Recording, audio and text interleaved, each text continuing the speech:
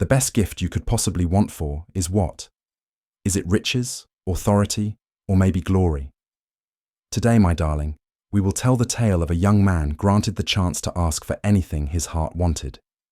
His decision shaped not only his legacy, but also the life of many others.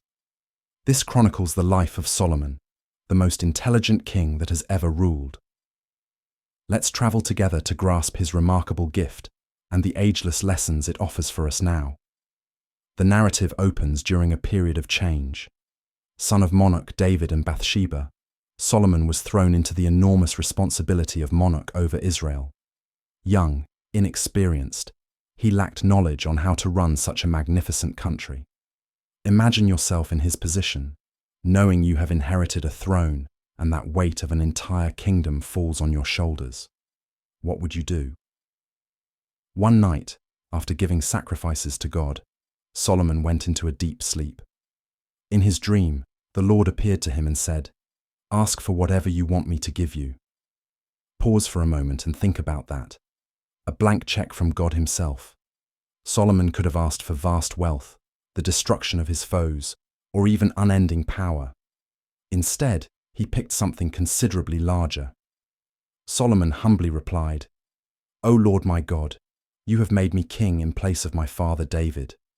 But I am only a tiny child and do not know how to carry out my duties. Your servant is here among the people you have selected, a huge people, too numerous to count or number.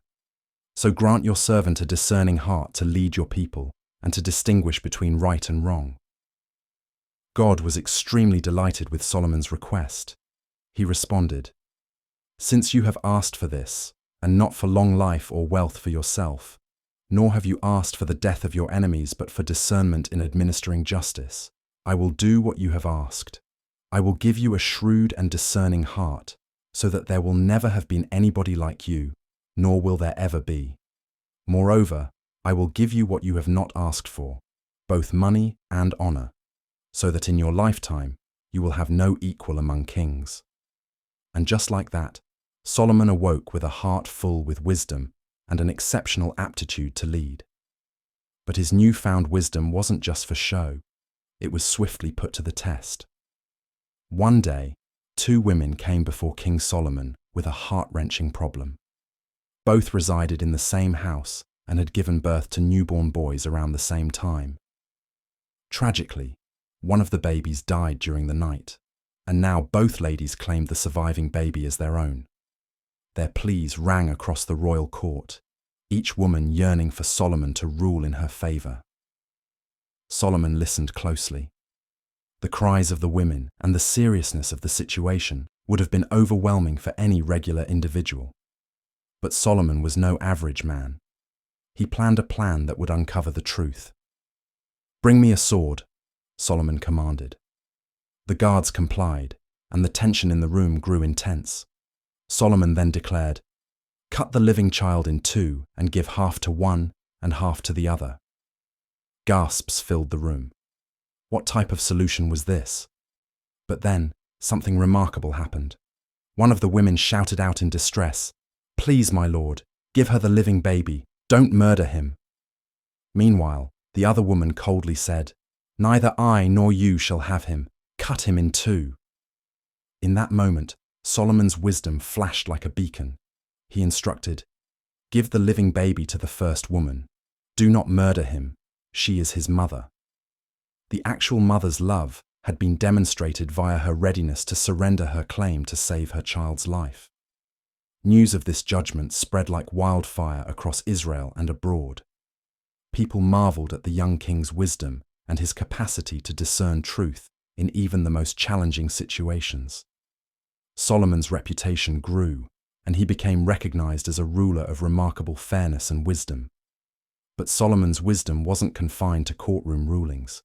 He produced thousands of proverbs and songs, many of which continue to influence us now. He built and oversaw the construction of the majestic temple in Jerusalem, a place of worship that became the core of Israel's faith. Leaders from faraway nations, including the legendary Queen of Sheba, journeyed to witness Solomon's brilliance firsthand, bringing with them gifts and seeking his wisdom. However, Solomon's narrative is also a cautionary one. In his later years, he made choices that wandered from God's ways. Despite his unmatched intelligence, he allowed his heart to be misled by foreign ties, wealth, and the effects of his many wives. These mistakes teach us that intellect alone is not enough. It must be accompanied with humility and obedience to God's precepts. The narrative of King Solomon tells us that true wisdom is a gift from God, and it's meant to be used for the benefit of others.